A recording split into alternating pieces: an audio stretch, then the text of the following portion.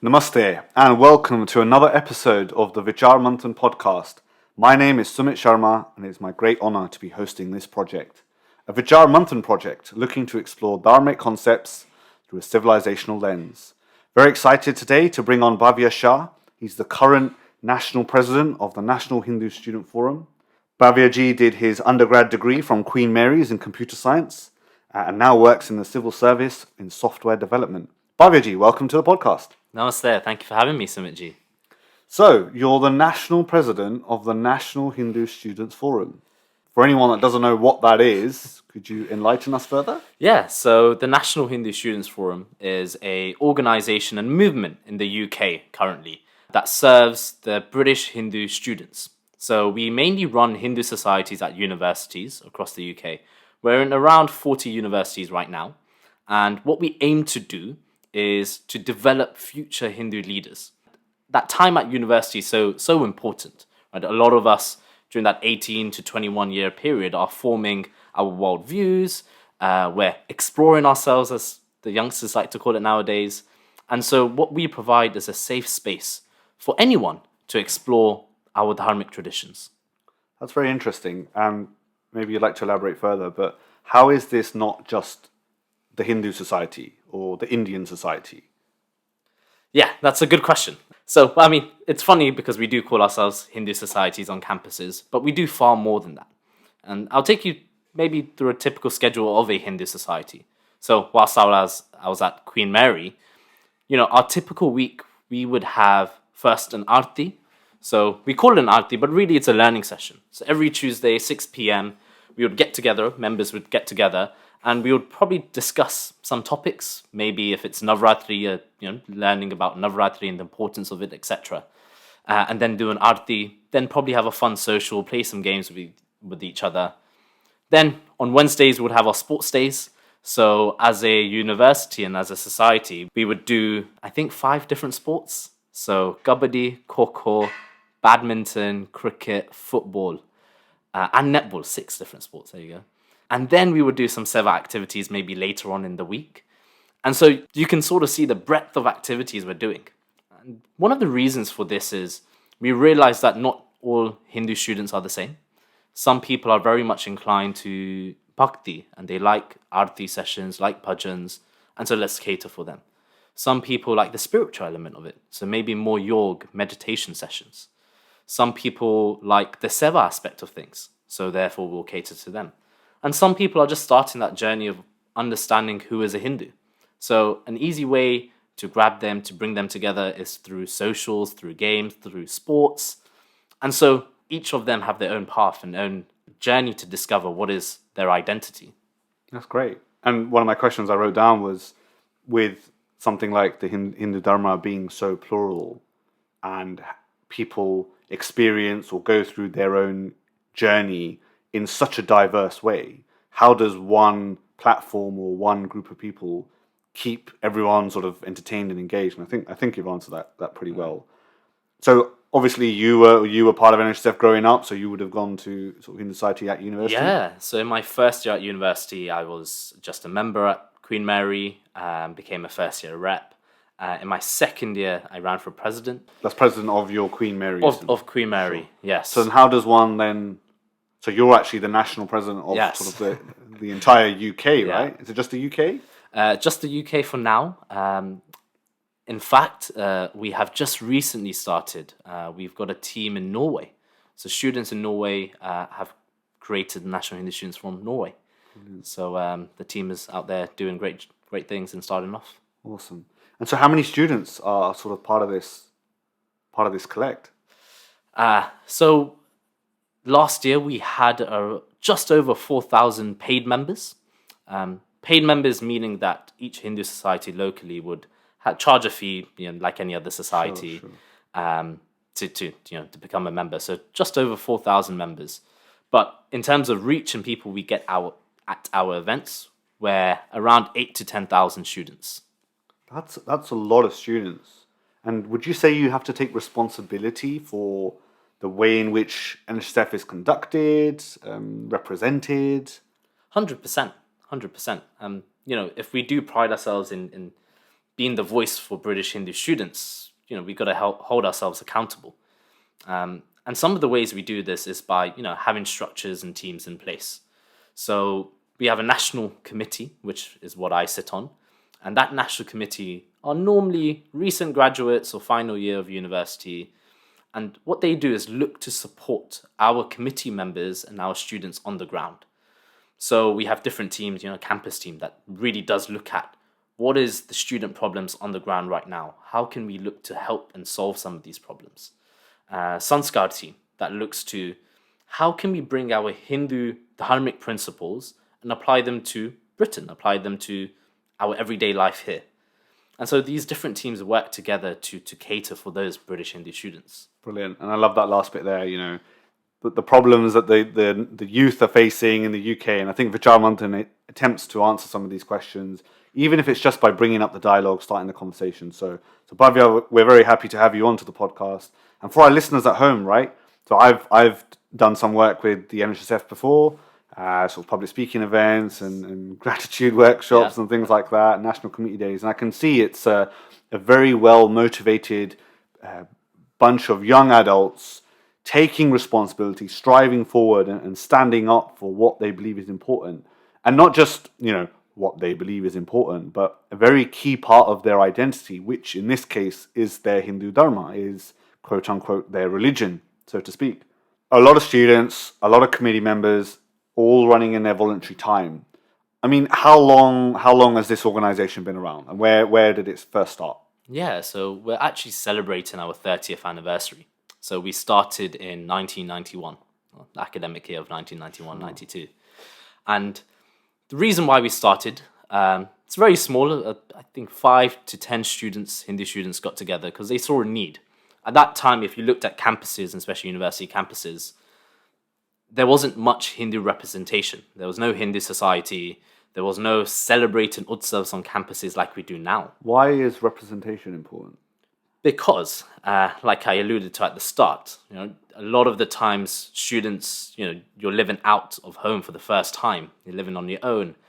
And you sort of want to create that home away from home, something that's familiar to you, keeping your culture close to you. And so that's what our Hindu society looks to do. But also in 1991, there was a bigger problem as well. On campuses, a lot of forced conversion, grooming was happening. There was a group called Hizbut Tahrir. I probably butchered the pronunciation. But if you look at them now, they're banned on any UK campuses by the NUS. And what they would do is go around converting our Hindu boys, girls, Sikh boys, girls, forcefully. And they would have a campaign to do so. So much so that, our founders at that time saw that as a real need to start a Hindu society, bring Hindus together and create, again, that safe space for Hindus. So that's our origins. And since then, we've been working on campaigns similar. And that campaign was called Beware, and it worked. A lot of working with the NUS, with the government, to get these organizations banned from UK campuses. Born out of a need to connect and identify with, things that you believe in. So very admirable there.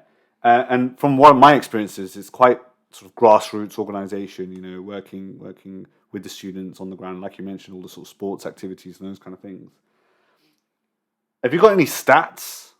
Like 10,000 students, 8,000 students in the UK. I mean, how many members have there been over 30 years? Do we know those numbers? Very hard to keep tabs. I think we probably... Oh, God. I don't know. If we take an average of maybe 7,000 per year, times that by 30, you got the answer there. Sure. And you alluded to a few things there, sort of anti-Hindu sentiments and campaigns that you've had. Yeah. And I think in your AGM report, I was reading about the Dharmic prayer room. So lots to uncover. Very excited to, again, have you on this platform. If you are enjoying this podcast so far, and if you would like to help us to invest in ideas that matter, then we could do with your support. All you have to do is become our well-wisher. You can sign up for a monthly donation via our website, which is vichaarmanthan.org. By you becoming a well-wisher, this supports our work, and together we can invest in ideas that matter. Thank you for listening. For those that want to know more about the NHSF, where can they find that information? Yeah, so if you head over to our website, nhsf.org.uk, you'll find a bunch of things that we do. There's also a place where you can sign up to our mailing list. And also, if you're a student looking to start a Hindu society at university, you can get in contact, and more than happy to help. And I'm sure, we can create that legacy again. I remember actually I was at university in Birmingham, and there was no Hindu society. So there were a few girls that I knew. We sort of reached out, started doing Aarti on Tuesdays. It was quite cool. I had never heard of the NHSF at this point, and then slowly we've sort of become organised. We had a Holi event. It was all very small and very niche. And I think as a young Hindu student, I felt quite proud to be bringing some of what was home and nice for me to my university life, which was a home away from home. And I'm sure since it's developed into something more flourishing. And I see a raft of students come through and up through the ranks, and they all go on to have very successful careers and jobs. And it's warming, it's homely. I feel like they're part of my family. So, and I am sure other societies, other religious representations have a similar story too. Do you have a cross connection? Are you, say, in touch with, I don't know, the Jewish society or another society? Do those things work? Yeah, so actually quite earlier on, when I was talking about 91, we worked with the UJS, so that's the Union of Jewish Students, the equivalent of NHSF for the Jewish community, and they helped us in that campaign. Until now, we're still close allies, work with each other.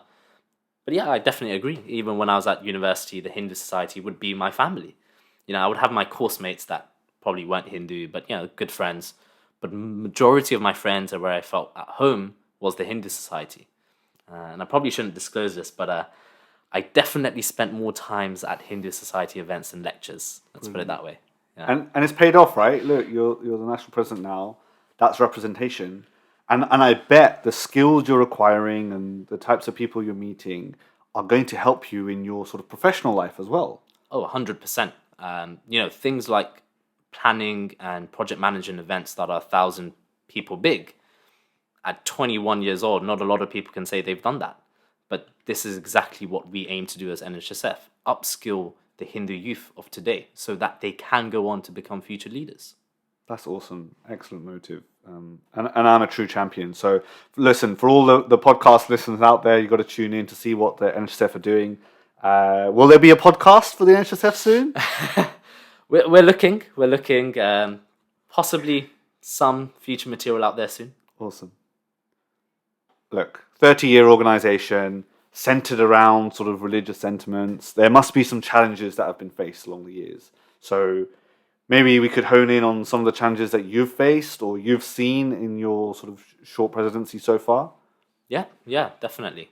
Yeah, I think the biggest one, and that's our Hindu students, and not just Hindu students, but Hindus in this country understanding what is the Hindu identity.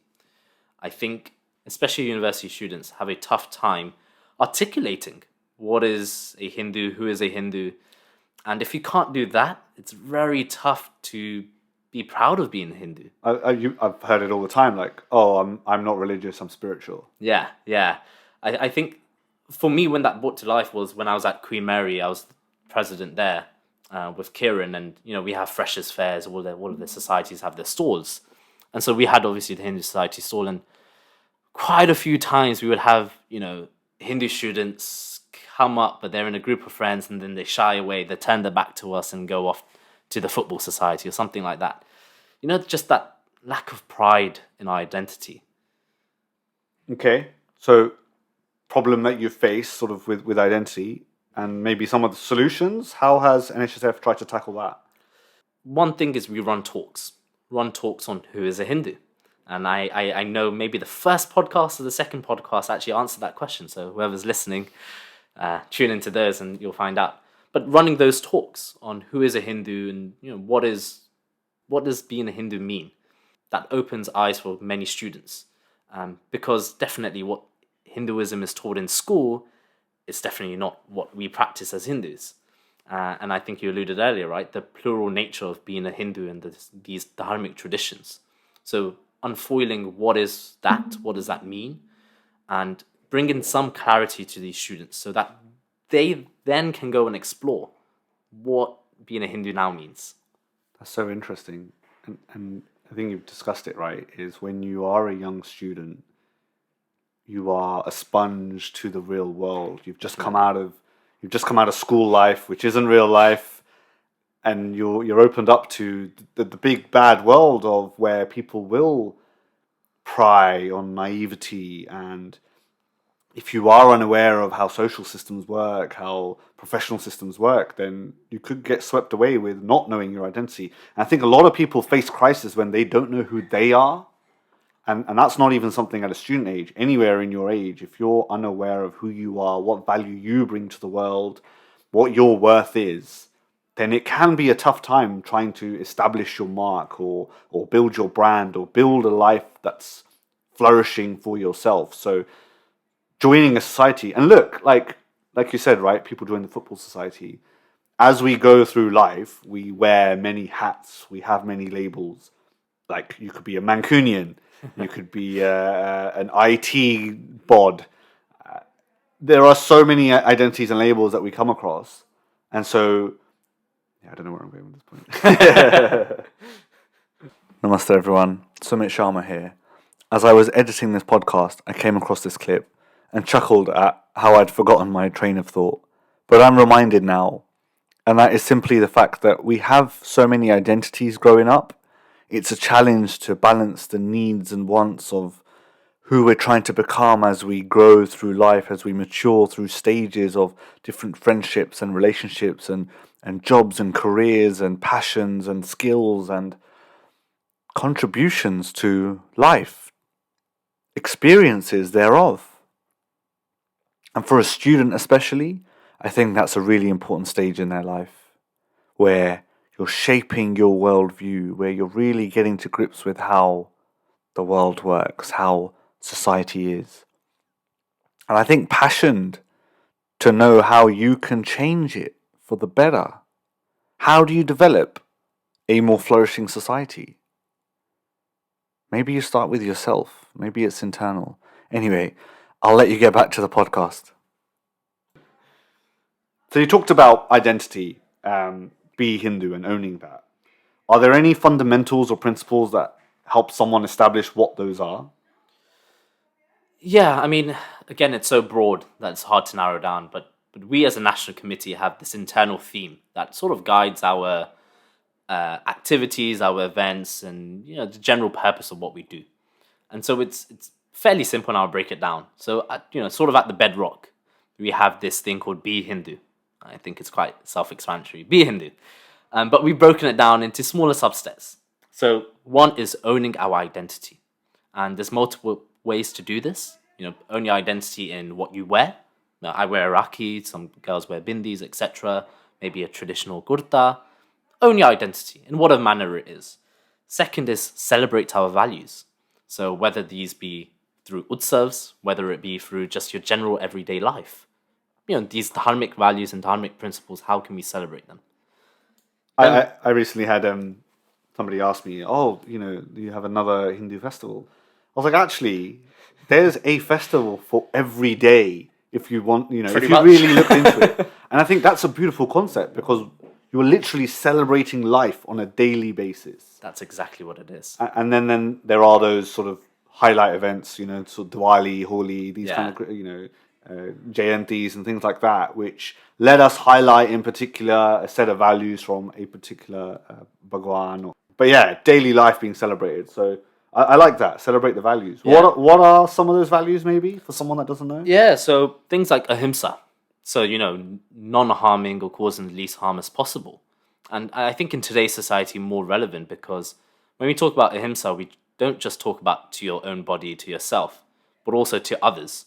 So how can you, try not to upset others, try not to be violent towards others in whatever manner, but going beyond that to the environment as well. And I think, global warming is obviously a massive issue right now. And, growing concerns about how we should be treating our environment. But, our Hindu value of ahimsa teaches us respect Mother Earth. Try and cause the least harm as possible. So, it's impossible to not cause harm. We all have to get to work, travel, etc. But how can you be the most conscious self? And do your part in making the environment better. Yeah, that's a great concept. So a few things come to mind there. So Sadhguru's got a current campaign for Save Soil. Yes. That's pretty big. He's touring how many countries and how many days, and it's quintessentially we all come from the earth, and the topsoil that we are using right now is not where it should be. So the planet's being damaged. So I think we can practice ahimsa in that way. And sort of at time of recording, yesterday was Earth Day. Yeah. And, so I see a lot of companies talk about sustainability and how they're, looking after Mother Earth. And I think what you said there was quite interesting. We're reducing the harm. So the understanding is that harm may be caused, but if you're consciously and with awareness trying to reduce that or causing as little harm as possible, then you're in a great place. So that's a great value to have. Are there any others you'd like to share? Yeah, so the last one that we home in on is a civic mindset. So, we talked about doing seva. So how can you condition yourself as a human being so that you have that seva bhav? So that naturally, in everyday life, you have this urge to give back, to do just selfless service. And so whether it be, as simple as, you see maybe an elderly lady crossing the streets struggling with her bags, you go and help her. Whatever it may be, how can you condition yourself so that it becomes from conscious to unconscious? And trying to build that, and it takes years to do that. So that's interesting, right? From conscious to conscious, but you've got to get it into conscious first. You got to do it actively first. Actively try to help, be selfless, celebrating values and owning your identity. I think these are great markers. These are even at a human level. Like this isn't even like religious or Hindu specific. Yeah. So you're into your boxing and training. So I think, you might know to create a habit, you sort of consciously need to dedicate time towards it. Then maybe I think they say after 30 days, it sort of becomes a part of your daily life. I've heard things like if you do something for 21 days, that creates a habit. So day 22 you're made. But that's just habits, and habits can come and go. Yeah. To build a lifestyle, you need to do something for 90 days. Yeah. So for anyone listening, if there's something that you want to change within your life, become a better person, just do one thing every day for 90 days and maybe email in and let us know how that's gone. But that's the sort of the bedrock. And sort of last year, what we've added is 2 extra wings, if you like. One is this connection to Bharat. So, and I purposely use Bharat, not India. Because when we talk about Bharat, we don't sort of mean the nation state of India, the politics, government, none of that. We don't care about that. What we do care about is the land in which our values have come from. And so there's a great word for it, punya bhumi. And so that sort of translates to the land in which our values come from. And so we know Dharmic traditions come from Bharat. So for every Hindu to understand truly what does it mean to be Hindu, truly what is our values, our culture, you have to have this connection to Bharat. And that connection isn't ethnicity, it's not language, it's not race, it's values. If you subscribe to that way of living and that value system, then you'll have that connection to Bharat. And then on the flip side is, we're a UK-based organization. A lot of us are born in the UK, we'll pay our taxes in the UK, and then we'll die in the UK. And so what we realize is we need to have this affinity towards Britain and UK. It's good understanding where our dharmic values have come from, but really we should be putting those values and dharmic principles into action here to make Britain more dharmic, more sustainable. And that we call our karma bhumi, where we're doing the work. Awesome. And yeah, it makes sense. I was born here, educated here, live, breathe, everything. I've always have an affinity to India, to Bharat. But I strongly also believe the work you're doing should affect the society in which you live. There's no point you living here and not contributing to this society. We're a part of that. And I think that's something that Hindus do wherever they go. Yes. They attempt to flourish. And when we use the term Hindu, we're not talking specifically about the people of the Hindu religion. No. We're talking about people from all over India. Yes. And all the Dharmic. All these dharmic faiths, dharmic traditions, definitely. So yeah, I myself, I'm a Jain. Fine, okay. So, and I call myself Hindu, so yeah. And I know plenty of Sikhs and Buddhists and other Hindus that all subscribe to this same lineage of thinking. And like the Hindu tradition has come from 10,000 plus years of rich heritage. I, for one, am very proud of that. And definitely I have seen through some of the work with Vichaar Manthan and organizations such as NHSF have seen how these positive value-based systems can contribute to modern Britain in a positive manner. And we could probably explore that on another VM Fireside at another date. Bhavya, let's move forward. So I read in the AGM, and I've seen some of the reports online about something that we've celebrated here in the UK quite recently, and that is the Dharmic prayer room. Tell me, where did that begin? How did it come about? Why is it important? Tell us more. Yeah, so the Dharmic prayer room actually was in work for 5+ years. So before my time on NHSF, the local King's Committee at the time and people on NHSF National Committee realized that a lot of our university societies were actually renting out classrooms and lecture halls to do their artis or their learning talks, because they either didn't have equal access to the multi-faith rooms or there just wasn't a multi-faith room. And so a lot of campaigning was done, petitions, work with the King's College itself. And in 2018, I believe it was, our vice president, our former vice president, Akshaya, she went to the NUS conference to propose a motion. And the motion stated that all faiths should have equal access to any multi-faith room. And that's fair, right? And that's fair to say we would like an equal opportunity, equal access to where it's gone. And actually surprising that it's taken so long. Like, we're living in the 21st century. Things like diversity, equity, inclusion are important, at least to corporates. Why is it not in the student space? And then that's exactly what we campaigned for. And so King's was the first university to take on board this. And so we worked very closely with the Students' Union and the vice chancellors at King's. And so they built a purpose room for Dharmic faiths and Dharmic traditions. So the UK's first Dharmic prayer room. And it's open for all just Dharmic faiths and Dharmic traditions to go, meditate, pray, whatever you wish to do. And we hope this is a trigger point for the rest of the universities to follow suit, because there are still universities out there that need to hire out classrooms or lecture halls to do the activities. Sure. Brilliant. And I bet this didn't come easy. I bet there have been some challenges along the way. 100%. I'm sure we've been trying for the last 30 years to get this. And this is that true definition of that safe space on campus. Because now we do have a physical space on campus that we can say is a safe environment for you to explore Dharmic traditions. And I read somewhere online about some of the challenges that have been faced now that there is a Dharmic prayer room. Things have happened. Yeah, so it's a funny one, in the sense that you have this space on campus and then it sort of gets misused. So we had people coming in, leaving litter around, covering murtis, not leaving it in a nice space that you would do in your mandir. And so that was the challenge of, how do you ensure that, one, it is purpose built for Dharmic faiths or people to explore Dharmic faiths. So how do you regulate that? And two, how do you make sure that that room is looked after? And so what the King's Committee did and the Hindu Society at King's did was great. They got in contact and they worked with other Dharmic societies there. The Student Union was very helpful.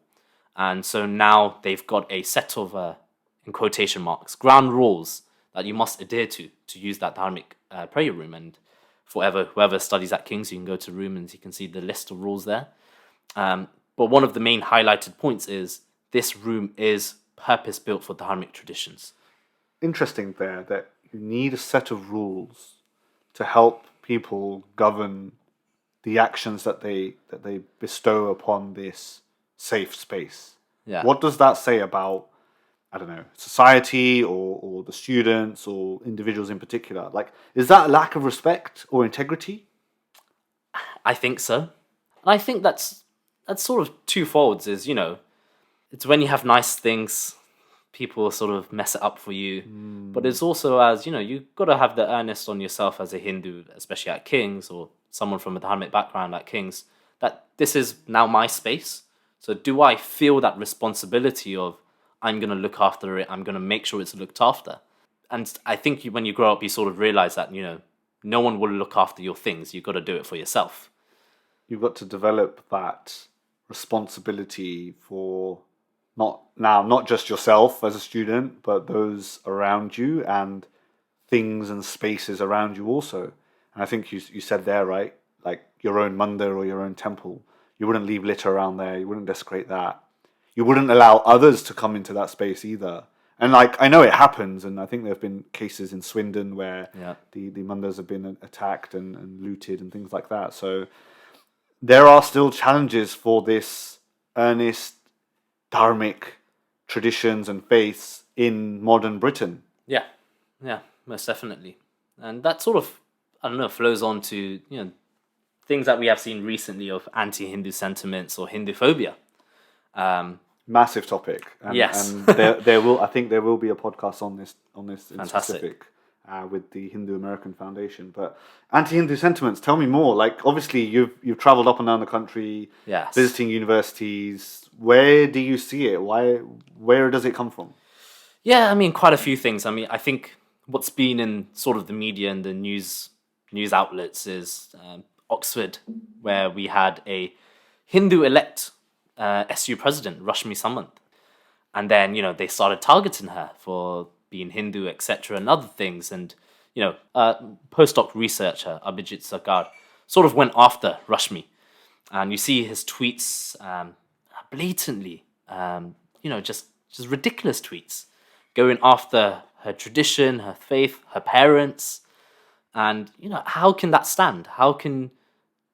How can someone like a postdoc researcher who does teach classes target a Hindu student who is probably 21, 22 years old? That's crazy. So even if you take out all the identities that you've put in there and just leave teacher and student, there you go. That's bad. And then layered on top of that are those. Yeah, that's terrible. It was a big article. People can obviously read about it. So, I mean, this is in academia, right? We're not even talking about in sort of corporate responsibility or in civil or anything else. This is literally in academia. Yeah. A place you would think holds a level of sanctity. 100%. The other case was at Cambridge last year, where our Cambridge Hindu Society launched a campaign against one of their professors, Priyamvada Gopal, because a series of tweets, and her tweets are quite funny, so I do urge people to go and read them. Series of tweets that sort of said, block all Hindus from having a H1B and being naturalized because something that happened in India. So she equated Indian politics to Hindus. Wow. And, I mean, I don't know about you, but I know nothing about Indian politics. Sure. And so our Hindu Society launched a campaign against her.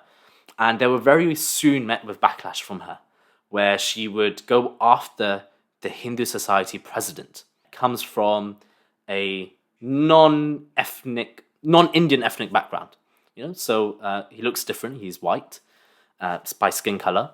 And so she posted a picture of him and tweeted or captioned the tweet, who do you think would, I'm going to paraphrase it, who do you think would know more about Hinduism, me or him? Wow. And so that, I would call that bullying. Yeah, if it's not bullying, it's harassment. And if it's not harassment, it's just outright ridiculous. Yeah.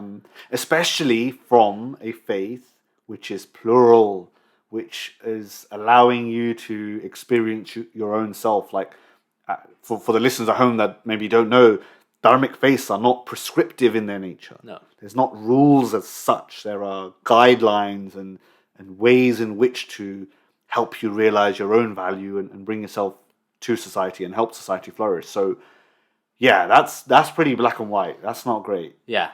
So these are just some of the issues. I think one big issue we had was quite last year, and I don't know if it falls within the category of Hinduphobia, anti-Hindu sentiments, but it definitely was targeted, where during Freshers' Time, so September last year, a lot of our Hindu Society WhatsApp group chats, you have Freshers group chats, were infiltrated. And people started posting things like, are you guys cow piss drinkers? Do you guys wear cow poo on your head? Is that what it is? And pornographic images and whatnot. And more worse than that, they would start targeting our Hindu girls, messaging them privately and harassing them. This is like blatant racism. Yeah. Again, at a student level, it's sad to hear, man. You're talking about students here, 18 to sort of 20 plus years, being targeted for their belief systems. Like, you would think we're still living in maybe 60s, 50s, or another time. This is 2022. Right. That is sad to hear. What can one do? How can one support?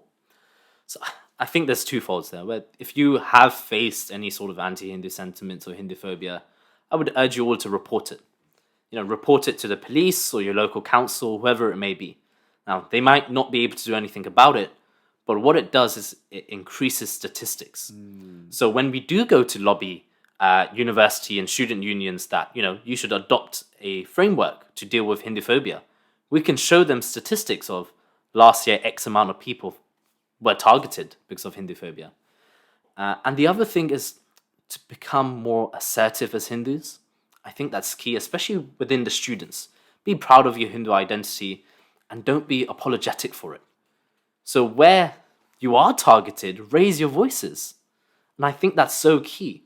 You see any other faith group being targeted because of their religion or their race, they will shout from the rooftops and you'll be on the front pages of news outlets. Massive backlash. Why is it not the same for people from a Dharmic tradition?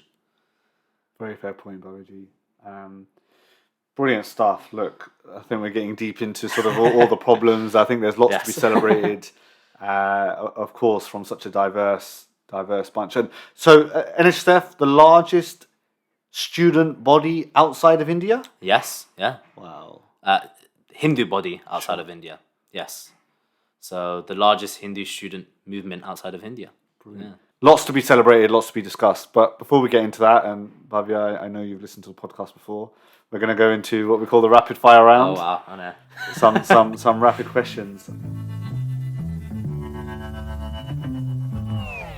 Right, and we always start with this one, and maybe one day we'll explain why. If you were stranded on a desert island, what 3 items would you take with you and why? My drive up, I was thinking about this question. I couldn't answer it.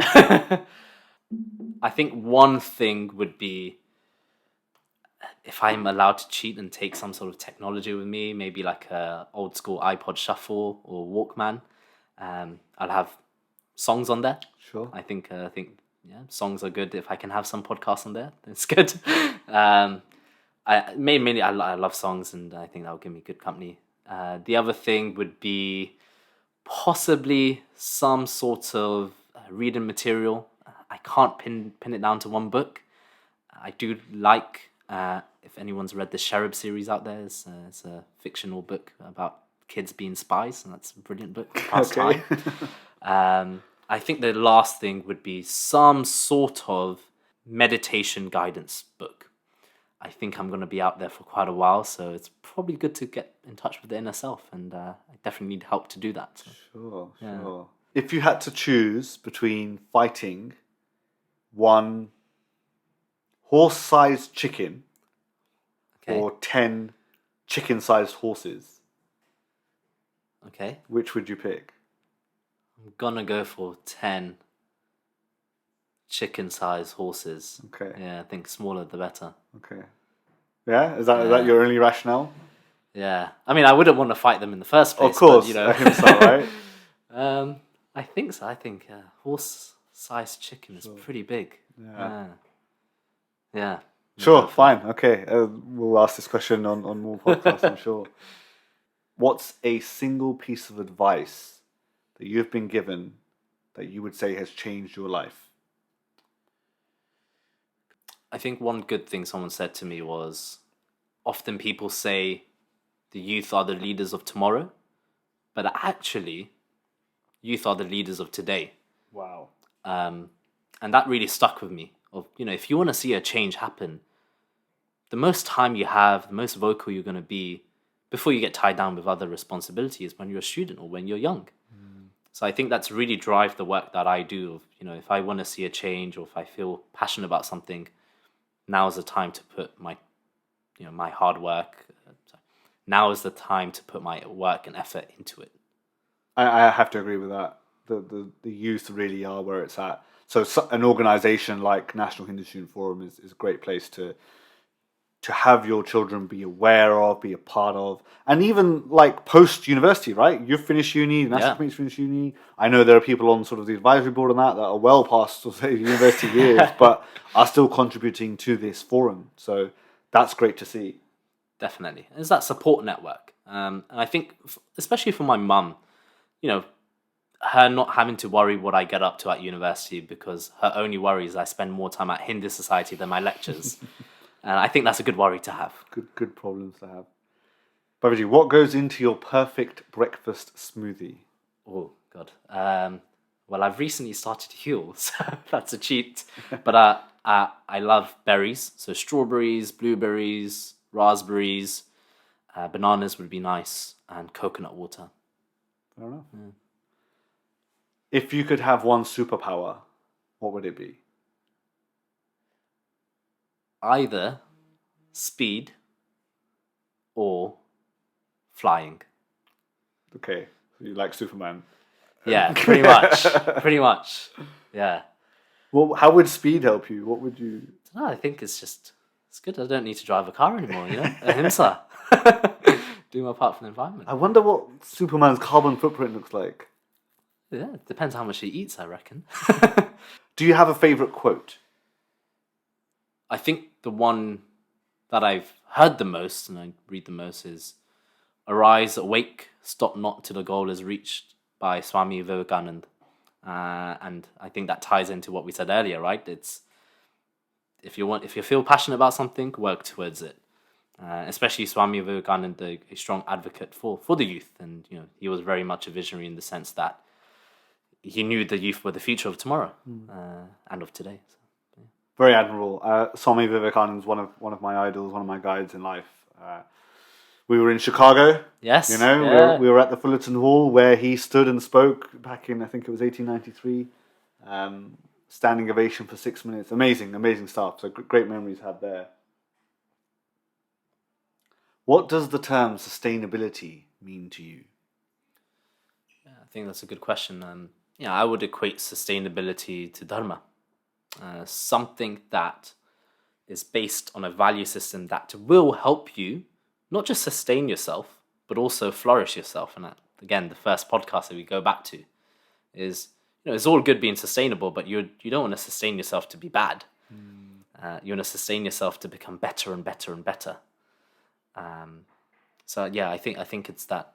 What values do you have that can make you and others sustainable around you?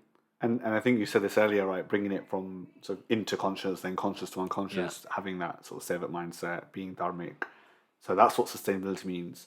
So Bhavya, challenge for you then. Is there a commitment you could make here today on the podcast that helps you as an individual become a little bit more sustainable, a little bit more dharmic? There is. Last year we did a half marathon as a couple of us on national committee. Since then I haven't ran, and I do want to run. So maybe a commitment will be this year we'll definitely run a half marathon and now train for it.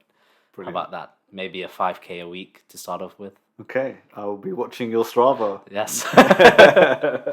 You know what? I don't know if I should do this.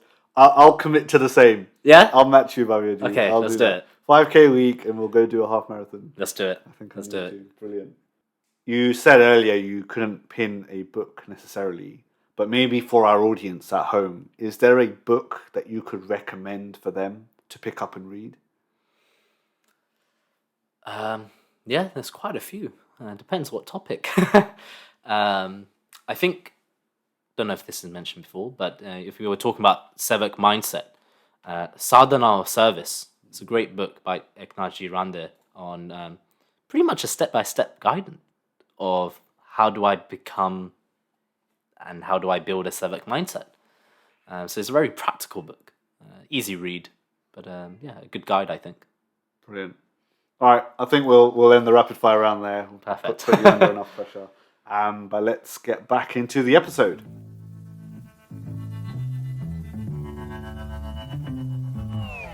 National Hindu Student Forum, been around for 30 years, and you're celebrating that in this year. What does the next 30 years look like? It's a good question. I think to answer that, you sort of need to know what today looks like. And I think for our 30th year anniversary, our team have created an Hindu exhibition. It's called The Great Hindu Journey. And what it highlights is threefolds. One, how have we as Hindus and Indians contributed to the British society? So whether it be in finance or civil servants or Yorg or all of these different fields and sectors, what is our contribution? Secondly is, what is our journey? So sort of looking from the late 50s to now, what has the migration journey been like for Hindus and Indians? So things like the exile in Uganda. How did that affect us as a community? And a lot of us moved here. So we've interviewed people that were there, have moved to the UK and their challenges. And from that all the way to now, which we're seeing a big IT boom and big IT migration. But it's great to see as a ethnic minority in this country, from being exiled from a country to now becoming one of the most affluent communities here in the UK within the span of 60 years. That's a great achievement. So we're highlighting that. And then lastly is our history as NHSF over the last 30 years. What have we done and how have we been a pillar for the British Hindu community? And so looking over the next 30 years is to increase that contribution that we can bring to this country. And like I said, to make Britain more Dharmic. And this sort of goes back to our 4 Ps, and it's part and parcel of what we do to protect, preserve, practice, and promote Hindu Dharma. And that will always be a core to what we do as NHSF. That's very admirable, and I, for one, will be a supporter. I think Vichaar Manthan will follow the movements quite closely, and it's exciting times to see how a small grassroots organisation over the last 30 years have managed to celebrate and bring diversity to such a large audience. It's amazing to see. Yeah, and I would like to add, like, what's admirable is, the oldest person on our committee is not me, 26. And so we're running one of the biggest organizations and our oldest member is 26. And one of the reasons why we can do that is because we have great support from our community. The blessings that we have got from our elders, the guidance we get from the rest of the community, organizations like Vichaar Manthan really do help guide and nurture us to make sure we're doing the right thing. And I think that's also important to highlight that over the last 30 years, we've had so many supporters along the way, and we still do. And it truly is, we stand on the shoulders of giants. And so I think one thing we always say as NHSF is, we're very grateful for everyone that's been a part of the journey. Whether you've been on national committee, whether you're just a part of your local Hindu society, you have impacted and left that legacy of British Hindu students in this country. Powerful words. Thank you for sharing, Bhavyaji. And actually, this year also, you have a full-time volunteer, right? We do, yes. So Kajolji Desai is a Vistarika for us, which means full-time volunteer. So she has taken a year out of her life and just dedicated full-time 24/7 to NHSF, but also to the British Hindu community. And the magnitude of that is she's left home. She doesn't live at home. She doesn't have any of her own money. She has to stay at student houses, at Samaj members' houses. And the money she spends is not hers, but of the community. And so that's a big commitment, going from things that, you might just buy willy-nilly, or I'm hungry, I'm going to buy a Snickers bar. Creature comforts, things right? like that. But pushing outside the comfort zone. And she's doing great work at the grassroots. So at an individual level, that sacrifice she's made of her own time and life, but then also it gives society the responsibility to look after her on her journey as she travels around and visits students and helps that movement. And so hopefully there'll be more Vistariks and Vistarikas coming out of National Hindu Student Forum. Yeah, definitely. We look forward to them. So all the students listening, sign up. And you know what, honestly, I've seen with Vichaar Manthan has a Vistarik, and some other organizations have had similar members of society dedicate not just a year, but there are people who have dedicated their lives to movement like this. So the Prachariks that we have, a big namaste goes out to them who guide us and support us. And you're talking about at a student level, even Vichaar Manthan, and personally speaking, the guidance I've received in helping me do things like this, a podcast like this, go on to stages around the world to talk about things that matter to me and representation is a massive massive boost, massive guidance, and I am forever grateful for those experiences. So thank you for sharing. Yeah, most definitely. And I think one of the things that you can do as a Vistarika or Vistarika full time is dedicate yourself to a project that will be there in the next 30 years, but she's laying the foundation. So one thing she's doing right now, and what we as NHSF are doing, is expanding our reach just from Hindu societies. So we're approaching Yoga societies, Buddhist societies, Jain societies, these Dharmic backgrounds, faiths, and traditions, to bring them together on campuses. When we talk about the Hindu faith or Dharmic traditions, and you mentioned our Punya Bhumi, so Bharat, and the values and the systems that come from that, things like meditation as we know today, yoga or yog as we refer to it as, are things like that important to students? 100%. Very easy. What we do as NHSF is actually we put aside, the Hindu side of things, and we look at what are the challenges that students are facing. So things like mental health is on the rise and has been over the last couple of years, especially within students. So where can we turn to help with that? And things like yoga, meditation, dhyan are great solutions for it. And so more and more students are realizing that some of the problems they're having, the solutions for them are quite ancient but very relevant. And so therefore we've seen a massive uptake in doing seva as well, because everyone loves to give back. It makes you feel good. It helps with your mental space and mental capacity. But what it also does is gives you that sense of purpose that I think a lot of students are yearning for. Why are you a part of the National Hindu Students Forum? Why is the NHSF important to Bhavya? I could say because someone told me to join. I think it's a bit bigger. I'm very passionate about what we have to offer from Dharmic traditions and backgrounds, and therefore NHSF was a perfect avenue. But two is, I'm also very passionate about students. So things that matter to students, things like having a safe space on campus. I've seen firsthand what happens when you don't have a safe space on campus. And therefore that's a motivator to wanting to do and be a part of this movement to help other students after me. But on a very selfish level, actually, like the amount that I have grown personally over the last 4 or 5 years has been immense. I talked about earlier, right? Project managing events that are 1,000 people big, pulling off sports competition, Navaratris. All of these are upskilling myself. I think, again, going back to that first or second podcast, you want to upskill yourself so that you can serve the community in a better manner. My ability to respond has increased over the last 4 or 5 years because of the skills I've been gaining. You mentioned there about leaving it in a better place than you found it, and that's a good ethos to have for lots of projects.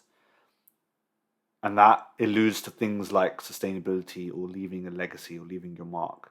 So what one thing would you like to, or maybe you've already done it, like to leave as an impact within the National Hindu Student Forum that in 30 years' time, a member or the national president at that time can look back and think, yes, that was a great move. That was something really powerful for this forum. Well, I think it's not necessarily what I would like, but what actually we as a team think is the need of the hour. That is Hindus becoming more assertive. And when I mean assertive, not aggressive, but being proud in their identity. So things like when we do face Hindu phobia or anti-Hindu sentiments, actually our Hindu students are brave enough to stand up. They're equipped with the knowledge and know how to articulate themselves. And that then will turn around and bring this wholesome expansion of Hindu thought, Hindu philosophy, Dharmic principles onto campuses. And that the ultimate goal is to make Britain more Dharmic. So quick thing then, right? Mm-hmm. So when I go to India, to Bharat, we go on these big expeditions. We go on yatras. Visit mandirs and temples all around the country. A lot of walking. In fact, I don't know if you've been to Vaishno Devi. I haven't, no. That is a trek is and it? a half. That really tests you. So these 5Ks and half marathons, they mean nothing to a yatra there. So NHSF have something similar coming up here soon? We do, again, a part of our 30th anniversary celebrations. We're starting in summer doing yatras in the UK. Okay. So just like you said, like myself as well, we've been brought up doing yatras in Bharat. For myself, I've done Palitana, which is chain yatra. And, actually a lot of our students now are second, third generation, right? They don't go to India, Bharat as often. And looking long term, Hindus are here to stay, right? We're going to stay here probably for minimum 100, 200 years, right? So way beyond our lifetime, our great-grandchildren, etc. And so if we truly think about making Britain more dharmic, we started this initiative of doing yatras here. So going out into nature, into Britain. So we're doing Peak District and South Downs. And starting this tradition of doing yatras in the UK, building that affinity towards Britain. And in this yatra, we'll be taking a murti up with us and then doing the arti at the top and then bringing the murti back down. And what it's building is that bhav, the bhav to and love of Britain, but also that we understand that our culture, our dharmic traditions are embedded into Britain. And that's what we're starting. And so it's open to anyone, not just students. I'm sure you'll find the information on our website and our Instagram. But yeah, I do urge people to come along. Thank you very much, Bhavya, for joining us here. Bhavya, the National Hindu Students Forum President, an organization that has been around for 30 years, standing tall, tirelessly serving the needs of Hindu students on campus, promoting pride in our British Hindu identity, and really a forum to protect, preserve, practice and promote Hindu and Sanatan Dharma.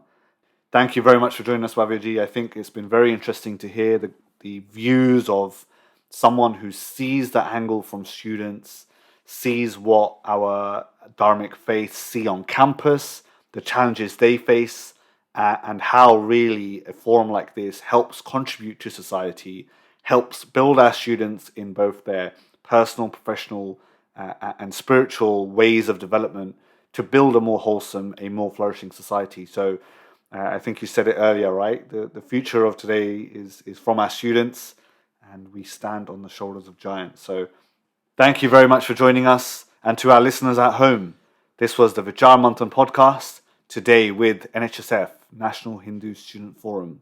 Look forward to seeing you on another episode. Please do email in. Always interested to hear what you thought, any comments, suggestions, or even complaints. We're here to get that conversation started in an earnest manner. Namaste.